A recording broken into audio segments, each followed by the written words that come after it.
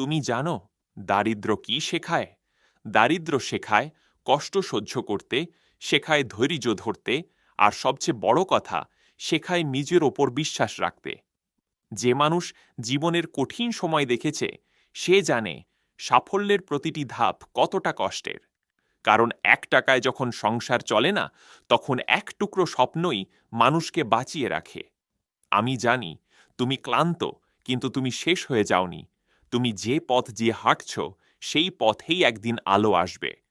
তুমি এখন যত নিচেই থাকো না কেন, যদি চেষ্টা চালিয়ে যাও, একদিন সেই নিচ থেকে ওপরে উঠবে।